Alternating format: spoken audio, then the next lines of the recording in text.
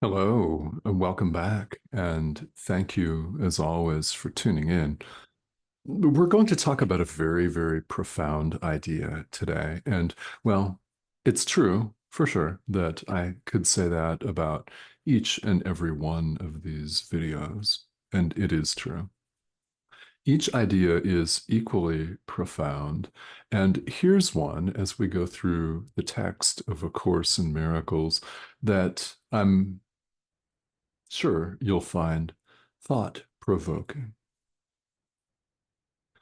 Maybe as a confirmation of something that you feel deep down that you've always known, and you have always known, by the way. Perhaps it will serve as a clarification of something that you felt that may be somewhat unclear for you, or it may disturb you. I don't know how this conversation that we're going to have over the next 20 minutes or so is going to land, yet something is going to be said that you're meant to hear. Know that, or you wouldn't be here. That's for sure, isn't it? I mean, there's no way out of all of the other content stuff that's out there on social media, on all of the channels, much less on this, which I'm told is in fact the largest social media channel of them all, larger than Facebook, even from what I'm told. There's a lot of content out there, yet here you are. Welcome. We're going to talk today about the body, the physical body that we're conditioned to identify with in the world as a profound limitation, profound and crippling, even. No matter how healthy you may be, no matter how hot and sexy and ripped you may feel, or no matter how hot and sexy and ripped other people may tell you that you feel, the body is a profound limitation. We're not raised to think of it that way necessarily, although our experience shows us that all of the time. As we age, as we grow old, and as we lose our vigor and our umph, and the physical body ceases to function at all. That, plus we get injured all of the time, even if it's just a paper cut, which is annoying and smarts, doesn't it? Or stubbing your toe, to a profound illness, major accidents, surgeries, cancer, things like that. This is subject to constant change. It, in fact, is a profound limitation. It's a limit on love. Love is unlimited. In other words, you, who you really are, you are unlimited. This is a limitation. When you see yourself as this, what happens? We see ourselves as inside of this, which is patently untrue, isn't it? It is untrue. We see ourselves as wrapped in, encased in, inhabiting this physical body that of itself is nothing. It doesn't do anything. It really doesn't. It's the mind that runs the show. We often think, when we think of ourselves as purely physical, as the brain up here, this organ that resides in our head, this lumpy gray ball of neural connections, as wonderful and as fascinating as it may be, we think that's running the show. No, it's the mind that's running the show, telling this what to have this do. It's mind. This is a course in mind training. Welcome. It's where the action is. It's only our awareness and attachment to and adherence to the physical body as us that makes love seem limited. It is unlimited, but we limit it. We limit it in our special relationships, our exclusive relationships in life. And I'm not just talking about a romantic partnership like a marriage. By the way, in case you're wondering, I'm happily married. And yes, you can be happily married and in a committed partnership and give it to the Holy Spirit and have it serve the purposes of healing the mind. It does not have to be an exclusive relationship that walls the two of you off against the world. We form special relationships in other areas of our lives as well. We form exclusive relationships in business, our nation states, our citizenship, whatever that may be for you. Think about it. That's an exclusive relationship. Even if you have two or three or four passports, still, you don't have them all, right? It's exclusive, and we parse our experience out, and we love on certain people more than others. And well, as a result, we're here because this ego identification, this body identification, leads to suffering. And it is a profound limit on what is completely unlimited, limitless, totally abstract. Thinking of yourself as a physical body blocks you from being able to think of yourself as an idea, as abstract, as love itself. Here's something that we're not taught in high school biology class. You are an idea. This isn't you. Not, not you. It's not me. You're not a body. If you need reinforcement of that, the Course says it throughout in the text and in the workbook, especially in the workbook, lessons 201 through 220. Jesus thinks that it is such an important idea that he dedicated 20 consecutive lessons to the bolded idea in the print. It's bold, in bold. I am not a body. I am free, for I am still as God created me. With the rhyme in English deliberately placed so that it may stick. Yeah.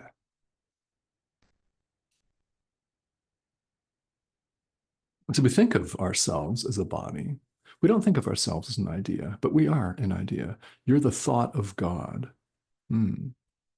We're known, by the way, in A Course in Miracles as the thought of God.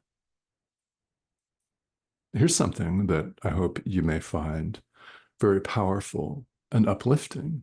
Thoughts remain in the mind of the thinker. You're the thought of God. Ideas leave not their source. That's an often quoted idea from A Course in Miracles. Thoughts remain in the mind of the thinker. Now, capitalize the S. Source. Ideas leave not their source. You've never left. I have never left. Not a single one of us has ever left our source. When we identify as a limited, profoundly, deeply limited physical body, we block our awareness of who, what, and where we really are. We do. We block it. I mean, think of the limitations. This thing can only walk so fast. It can only run so fast. It can only travel so quickly by itself. It needs airplanes and cars and motor scooters and things like that to move about at a higher rate of speed than we can walk, jog, or run. It grows old, loses its muster, it loses it. But it's not who we really are. And deep down, we all really do know that. You do know that, or you wouldn't be here. That's for sure. It's what has us on the spiritual path in the first place. Whether you practice this course or not, it doesn't make any difference what your tradition or traditions are. If anything, you're here because you've recognized that, man, there is way more to it than just meeting the needs of this guy. This thing right here, it's 80% water. There's more to it than that. Mm, naturally, of course there is. Of course there is.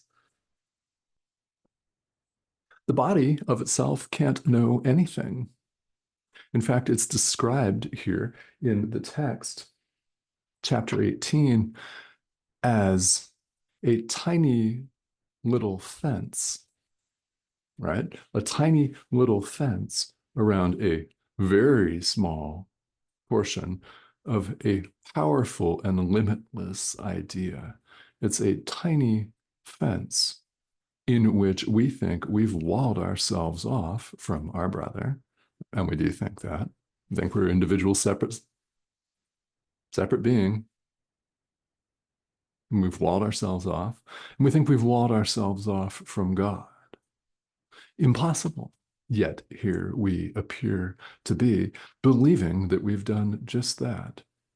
It's a tiny little fence around a magnificent, powerful, and completely loving, limitless idea. We've walled ourselves off. Within this walled enclosure, the ego rules, and cruelly, very cruelly. I mean, you're here because you've recognized this and you've sought what we all seek, the peace of God. Why is anyone on any of these paths that we call spiritual, but for seeking peace? Right? The ego rules this little separate kingdom cruelly, tyrannically, as a brutal dictator. Call it however you want to call it. That's what's going on. Now, here in the text, there's a very useful visual analogy. The ego, the body that we identify with, this tiny little minuscule, walled off, we think, walled off portion of the whole is likened here in the text to a sunbeam, a ray of light, a sunbeam.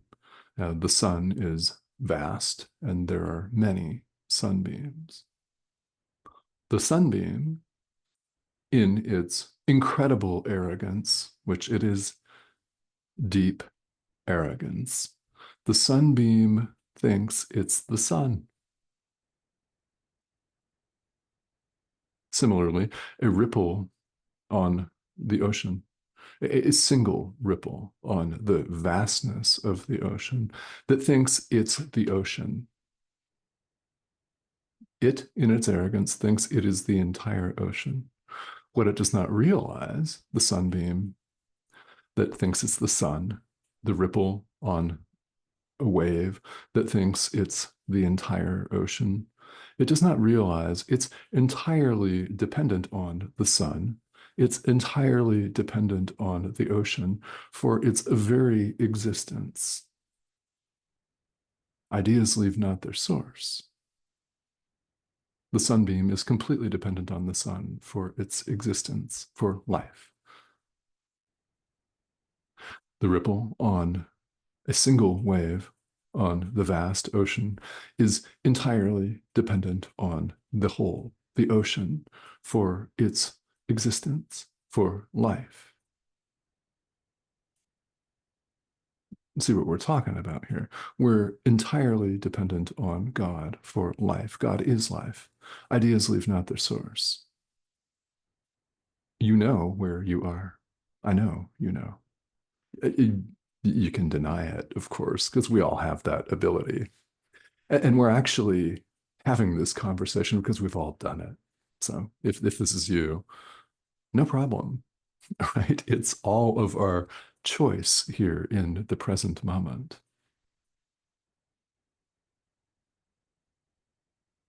So what's happening while we're thinking that we're walled off as a tiny sunbeam that thinks it's the sun, as a ripple on a wave that thinks it's the entire vastness of the ocean? While that's going on, the sun keeps going as it always does. The ocean keeps on as it always does. God keeps going as he always does, completely unaware that this little psychodrama is playing out. Unaware. God did not make the world. We did. I know if you were raised in a Judeo-Christian tradition, as I was, by the way, you were told, indoctrinated, that God made the world in 6 days, which as a kid I thought, okay, all right, 6 calendar days. Wow, that's pretty fast. And then you took Sunday off, play golf, maybe? I don't know. Sit by the poolside and drink a beer. Who knows, right? God didn't make the world. The sun keeps going, unaware that a single sunbeam has walled itself off. Just keeps going. God didn't make this world where we suffer. Perfect love doesn't set anybody or anything up for failure. It's perfect love, after all.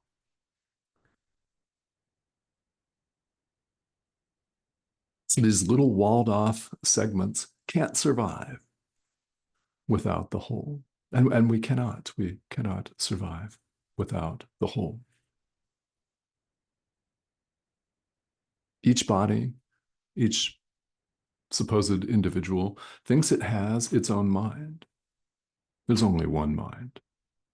But we all think that we're having our private thoughts. Well, guess what? There are no private thoughts. We would like to keep several of our, many, sometimes, of our nasty, dirty, judgmental thoughts to ourselves. Yeah. Yeah, not possible.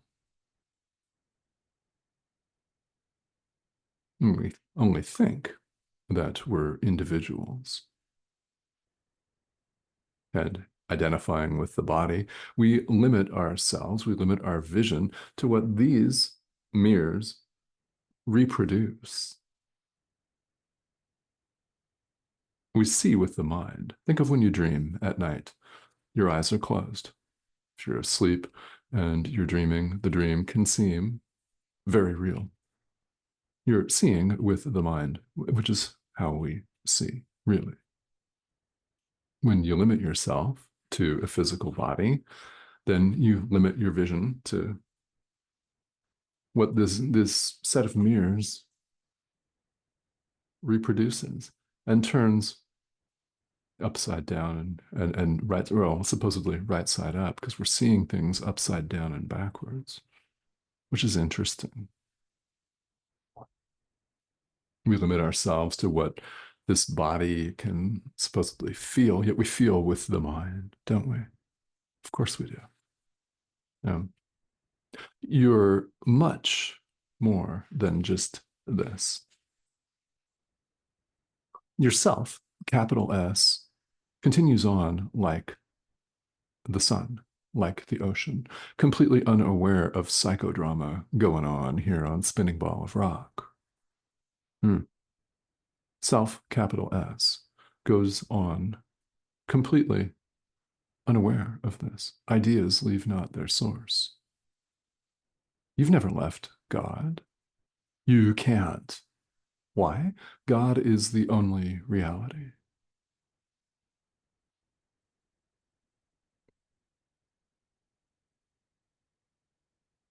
We're invited not to accept this tiny walled off aspect of the whole as us. We are the whole. You are the all, capital A. You're not an illusion. The body's an illusion, but the body's not you. You are the all. Do not accept this tiny, grossly limited picture of who you are. Thank you.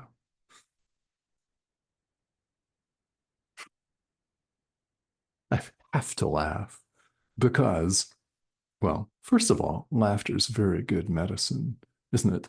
And no one ever said this course was dull. So, whatever has been said here over the last few minutes that you were meant to hear, you'll know. You know what that is. So, do as your inner teacher instructs you to do with that, whatever that instruction may be. Along the way, questions are inevitable. They're completely inevitable, naturally. This is spirituality, it's deep self inquiry, as the last 20 to 25 minutes just proved really deep. If you have questions, please feel welcome to leave them here. Yeah, I'm happy to take questions here in the thread, this comment thread that we've got here on YouTube. And even if you just want to pop in and say hello, I would be happy to hear from you. I'd love to hear from you. If you haven't subscribed, here's the prompt. Please go ahead and do that. And thank you to all of you who have recently joined us. There have been a large number of you.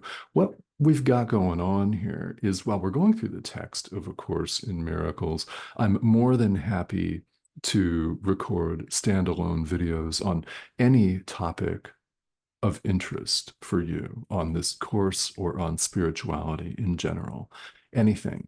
I'm very interested as a guide for you in what's coming up for you. So please subscribe if you have not yet. And thank you again to all of you who have recently joined us. Several videos appear each week. So I really, really thank you again for being here and for your dedication and commitment to your practice. Thank you. I'll see you soon.